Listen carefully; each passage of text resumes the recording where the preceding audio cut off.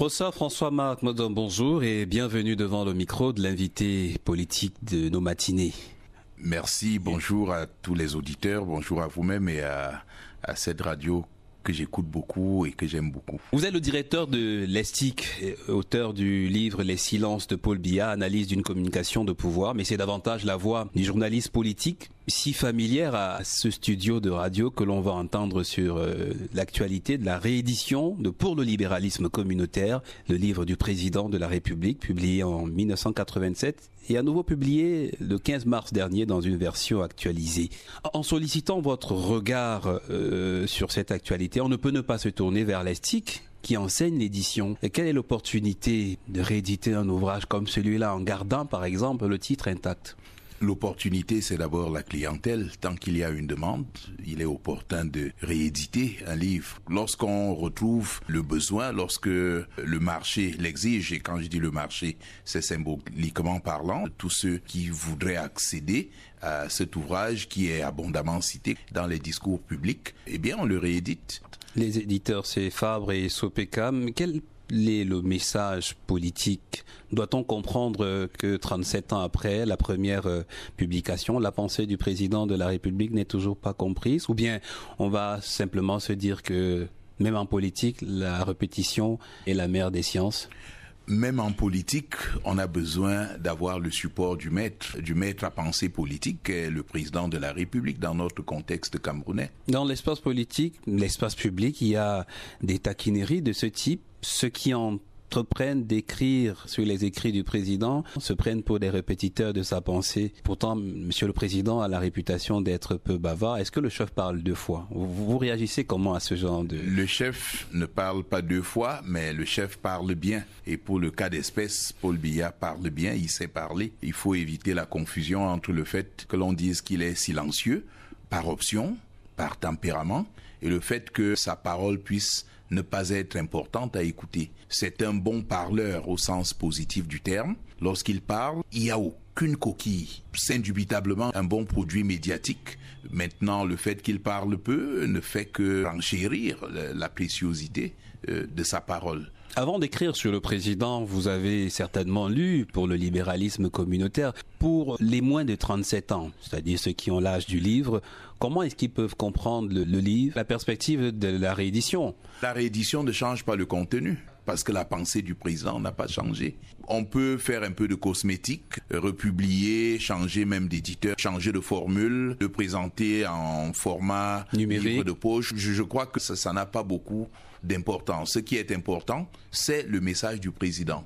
Pour le libéralisme communautaire, je résume, je ne suis pas dans sa pensée, mais je l'ai lu et relu. Nous avons un certain nombre de spécificités communautaires. Il parle par exemple de socialisme africain. Nous ne pouvons pas faire la politique ou gérer la société comme si nous étions, je dis ça comme cela, en Occident. Peut-être qu'on peut y voir l'expression de son rêve politique qu'il partage avec ses concitoyens. La réédition de l'ouvrage du chef de l'État n'est pas un fait nouveau. On a même entendu au commis de l'État dire que la pensée du chef de l'État se régénère et qu'il y a de la nouveauté dans l'action. Vous souscrivez à ça? Bon, ceux qui commentent, mais j'ai envie de citer le président Paul Biya en disant qu'il ne faut surtout pas commenter les commentaires, parce que chacun de ceux qui commentent, évidemment, à sa manière, à sa perspective, a même peut-être ses calculs, pourquoi pas? Parce que cet ouvrage peut évidemment se trouver au carrefour de toutes sortes de tiraillements, d'opportunités ou d'opportunisme. On n'est pas dans l'esprit de ceux qui décident de rééditer, mais on peut quand même se dire que ceux qui mettent à profit la pensée, les écrits du président Paul Biya, d'une manière ou d'une autre, essayent d'attirer vers eux, et il me semble que c'est légitime, un peu de lumière. La littérature présidentielle, j'espère que l'expression est acceptable, autour et sur le président est assez abondante. On n'empêchera personne d'écrire, mais est-ce que certains écrits ne brouillent pas le message présidentiel? Bon, certains écrits sont assez inutiles parce qu'ils disent des choses parfois évidentes, en plus mal que ne le dit le président lui-même. Je ne vais pas citer certains auteurs, mais il y a des auteurs qu'on a véritablement envie de déchirer parce qu'ils embrouillent le message et embrouille même la littérature politique. Mais il y a également d'excellents écrits. Je prends juste, et pardonnez-moi de citer celui-là, je prends le Code Biya. François Mattei. De François Mattei, c'est un excellent ouvrage qui lève pas mal de voiles sur la personne, sur la personnalité, sur la trajectoire de Paul Biya. Il est passé par le séminaire, il a appris à se taire, il a appris à parler utile. Un patriarche ne gaspille pas sa parole. François-Marc Nodom, vous êtes manifestement fasciné par la personnalité du président de la République. Certains ont trouvé votre littérature flatteuse. Je n'ai pas de littérature. J'ai fait un travail de recherche universitaire. J'ai toujours mis à défi ceux qui le disent de prendre mon livre ou ma thèse de doctorat et de mettre le doigt sur ce qui est flatteur. S'ils l'avaient lu véritablement, ils auraient vu que sur bien des passages, je mets, à défaut de la contester, cette approche communicationnelle, au moins je la questionne souvent.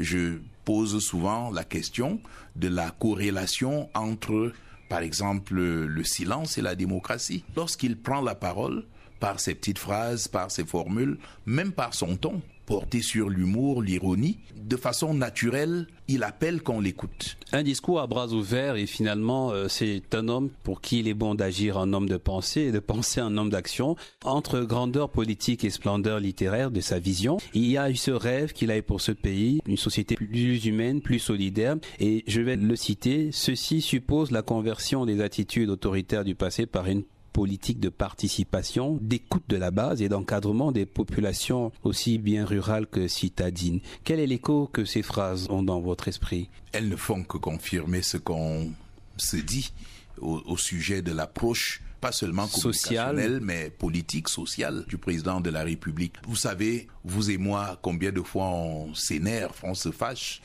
on bagarre symboliquement ou réellement lorsqu'on nous jette des invectives ou des injures. Mais voyez ce que la presse colporte, ce que les réseaux sociaux colportent d'insanité, de mensonges, parfois de méchanceté sur le président, sur sa famille, sur son entourage. Mais il ne dit rien. Il ne dit rien, ce n'est pas parce qu'il n'est pas au courant. Ce n'est pas parce qu'il pourrait ne rien dire. Mais il ne dit rien par respect justement de la liberté de dire.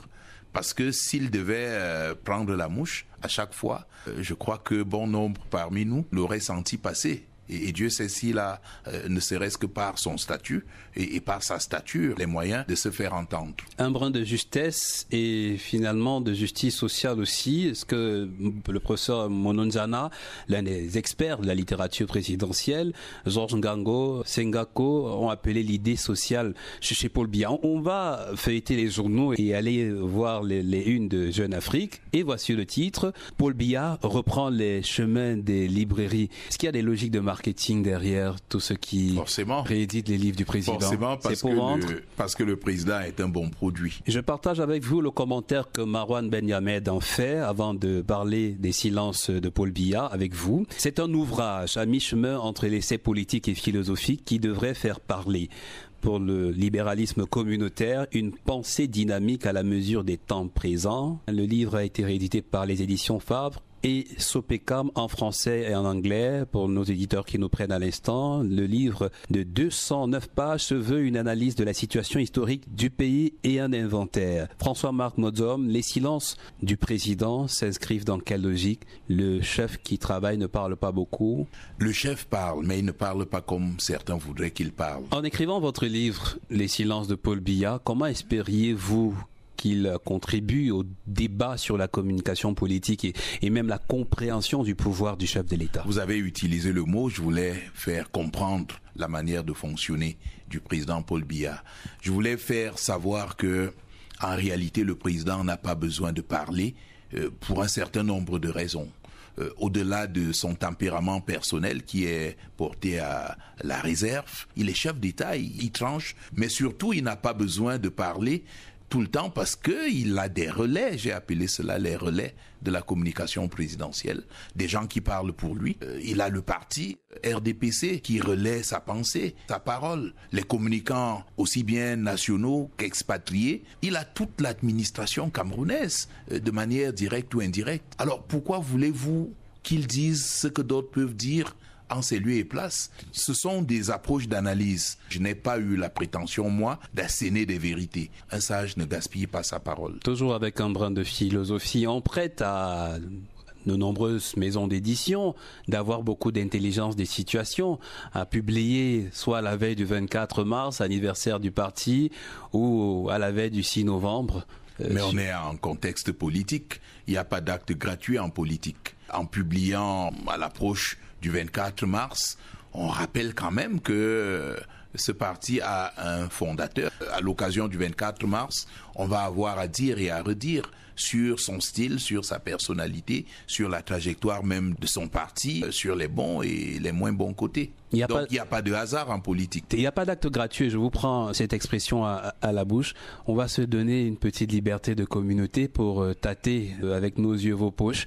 Est-ce que vous avez beaucoup vendu Les Silences de Paul Biya? Combien d'ouvrages? Bon, je vais vous dire la vérité, j'avais pas l'ambition de vendre Les Silences de Paul Biya. C'était pas mon projet. J'ai écrit un livre qui était tiré d'une thèse de doctorat. Je l'ai quasiment fait paraître à compte d'auteur aux éditions Connaissance et Savoir à Paris. J'ai fait venir environ 4000 exemplaires qui se sont vendus. J'ai refusé de le déposer dans des librairies pour des raisons, j'allais dire commerciales aussi quand même, parce que quand vous avez financé un ouvrage qui est vendu à Paris à un peu moins de 20 000 francs et que vous le vendez à Yaoundé à 20 000 francs, et qu'une maison d'édition vous propose 7 000 francs par ouvrage, bon, vous criez au voleur et vous gardez votre livre.